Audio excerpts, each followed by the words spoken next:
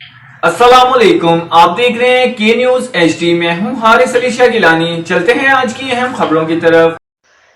DPO Sahiwal Muhammad Usman Tipu की थाना बहादुर शाह और थाना फरीद टाउन के इलाकों में खुली कचहरियां। शहरियों की मसाइल सुने और मौके पर ही अहकामात जारी किए। रुक करेंगे साहिवाल का, जहां से रिपोर्ट कर रहे हैं हमारे नुमाइंदे रऊफ शहजाद जट।